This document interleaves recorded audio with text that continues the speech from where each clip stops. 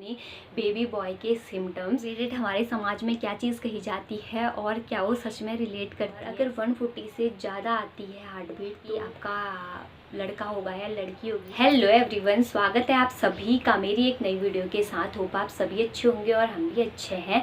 तो आज व्लॉग की स्टार्टिंग हो रही है मॉर्निंग से और आज का व्लॉग बहुत खास होने वाला है क्योंकि आज मैं शेयर करने वाली हूँ आप लोगों के साथ अपने बेबी बॉय के सिम्टम्स।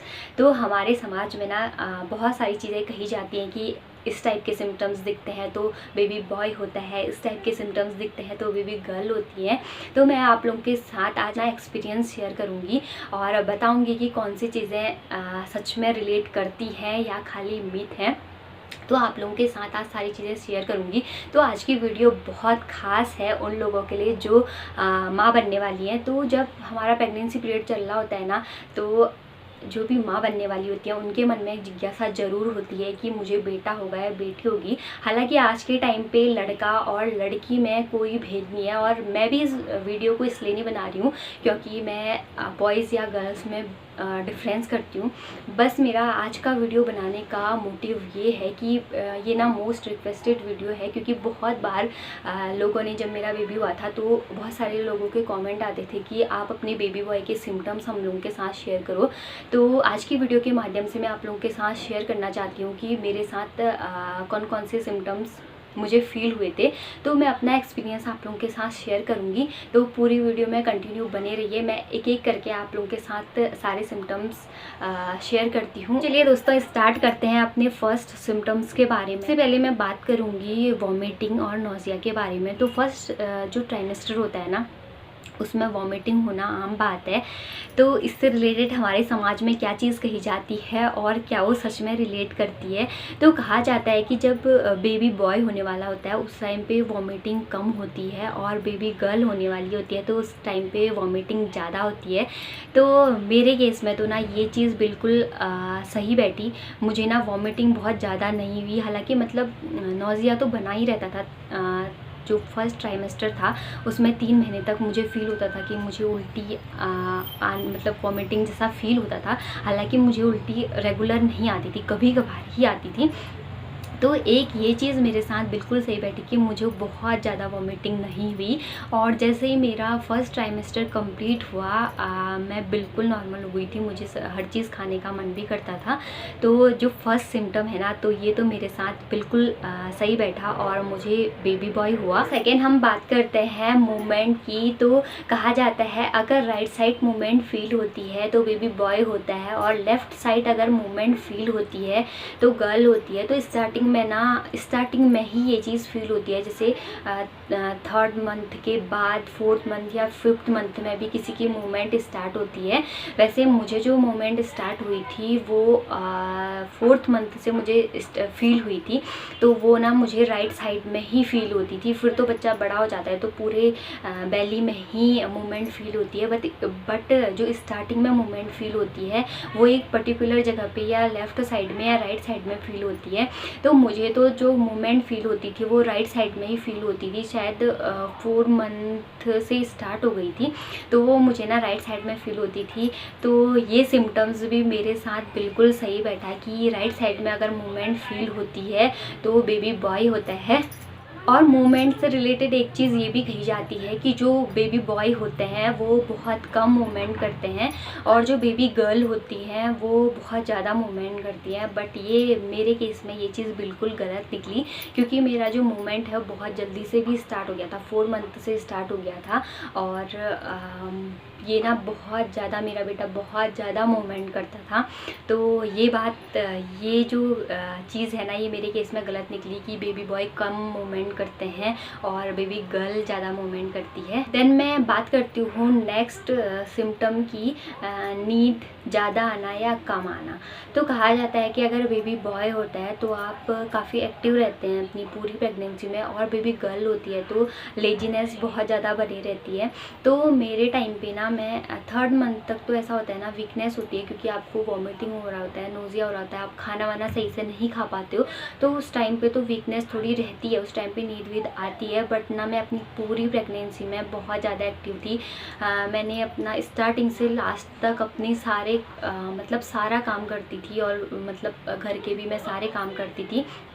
तो मैं ना अपनी पूरी प्रेगनेंसी में काफ़ी एक्टिव थी और स्टार्टिंग से लास्ट तक मैं सारे काम करती थी। कभी ऐसा नहीं हुआ कि मैं दिन भर बेड पे पड़ी हुई हूँ। हाँ, स्टार्टिंग में थोड़ा बहुत मतलब नींद तो खैर आती ही थी, उस टाइम पे रहता ही है यार, थोड़ा बहुत ये चीज़ें होती हैं, बट ऐसा नहीं हुआ कि मैं बहुत ज़्यादा सो रही हूँ और कुछ काम नहीं कर रही हूँ। मैं बहुत एक्टिव थी, मतलब डिलीवरी के रात तक भी मैंने अपने सारे काम किए हैं। सारा घर के जितने भी काम होते हैं मैं सारी चीज़ें करती थी।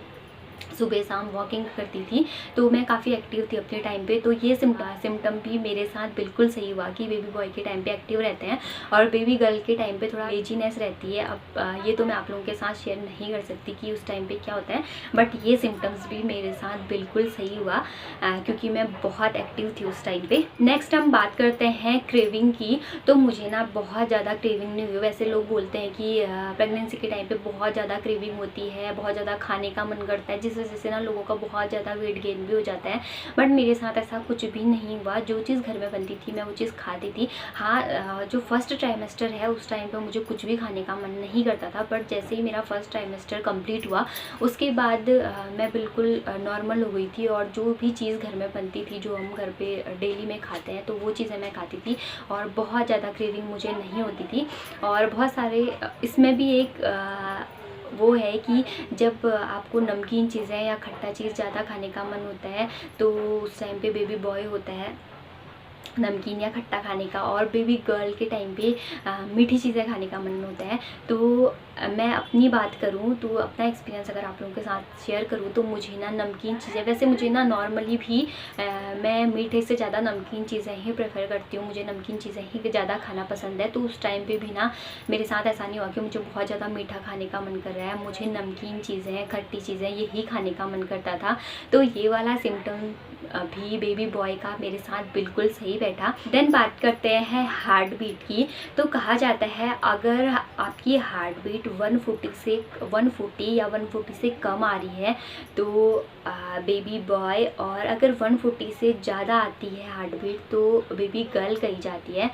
तो मेरे केस में तो ना स्टार्टिंग में जो हार्ट बीट आती थी वो कभी कभार 140, 156 भी आई है, एक आध बार 155 ऐसे भी मैंने नोटिस की है। बट लास्ट तक ना वो हार्ट बीट 130 तक पहुंच गई थी। तो दोस्तों मेरे केस में तो ये बात भी बिल्कुल सही हुई कि 140 से ये 140 या 140 से कम होने में बेबी बॉय होता है। तो मेरी जो हार्ट बीट मैंने लास्ट टाइम पे नोट की है वो आई थी 130।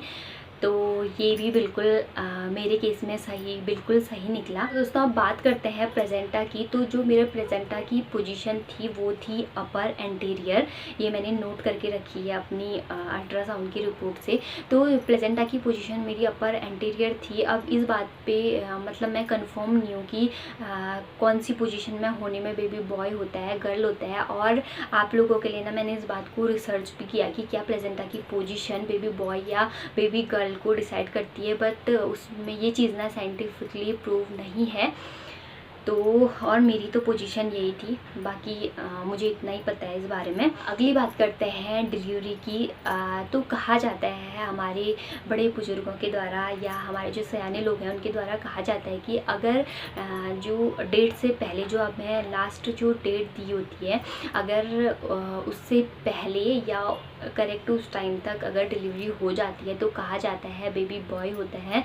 और अगर उसके बाद अगर डिलीवरी हो रही है, डेट के बाद हो रही है या बहुत लेट हो रहा है, तो बेबी गर्ल होगा। अब इस बात में कितनी सच्चाई है या क्या है वो मुझे नहीं पता, बट मैं अपना एक्सपीरियंस आप लोगों के साथ शेयर करूँ तो मेरी भी डिलीवरी ना जो डेट दी थी उससे लगभग एक हफ्ते पहले हो गई थी। तो ये बात भी मेरे साथ सच निकली कि पहले डिलीवरी हो जाती है तो बेबी बॉय होता है। नेक्स्ट बात करते हैं बेली के शेप की। तो जो पहले के लोग होते हैं ना, पुराने सयाने, वो पेट देख के ही बता देते हैं कि आपका लड़का होगा या लड़की होगी। तो मैं भी जब प्रेग्नेंट थी तो मुझसे बहुत सारे लोग जो भी मुझे देखते थे, सयाने लोग, वो बूढ़े बुजुर्ग लोग, तो मुझसे कहते थे कि इसका लड़का ही होने वाला है। तो मुझे नहीं पता वो लोग किस आधार पे इस चीज़ को देखते थे। तो इस बारे में मुझे कुछ ज़्यादा एक्सपीरियंस नहीं है, बट मतलब मुझे जो भी दिखता था तो वो यही कहता था कि इसका ही होने वाला है।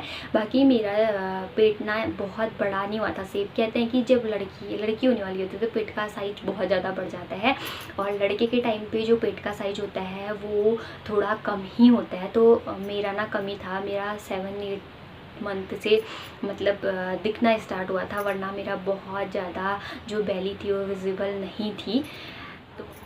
देन मैं बात करती हूँ स्लीपिंग पोजीशन की। और स्लीपिंग पोजीशन की अगर हम बात करें तो कहा जाता है कि अगर आपको राइट साइड में सोने में अच्छा लग रहा है तो बेबी गर्ल होगी, और आपको लेफ़्ट में सोने में अच्छा लग रहा है तो बॉय होगा। और दोस्तों मैं सच बताऊँ तो ना मुझे लेफ़्ट साइड में ही सोना अच्छा लगता था। मुझे राइट साइड में या सीधे अगर मैं सो रही हूँ तो ना मुझे वैसे सोना बिल्कुल भी अच्छा नहीं लगता था। ये भी जो मिथ है या सच्चाई है ये भी मेरे केस पे बिल्कुल सही हुई, क्योंकि मुझे ना लेफ़्ट साइड में सोना ही अच्छा लगता था।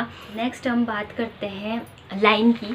तो पेट पे ना स्टार्टिंग में तो नहीं थी, 6 मंथ के बाद मेरे पेट पे जो लाइन कहा जाता है कि अगर बिल्कुल सीधी लाइन दिखाई दे रही है और लाइन डार्क है तो बॉय होता है, और लाइन अगर डार्क नहीं है तो बेबी गर्ल होती है। तो मेरे टाइम पे ना लाइन बिल्कुल सीधी भी थी और डार्क भी थी, तो मुझे बेबी बॉय हुआ। तो ये सिम्टम्स भी मेरे साथ बिल्कुल सही बैठा।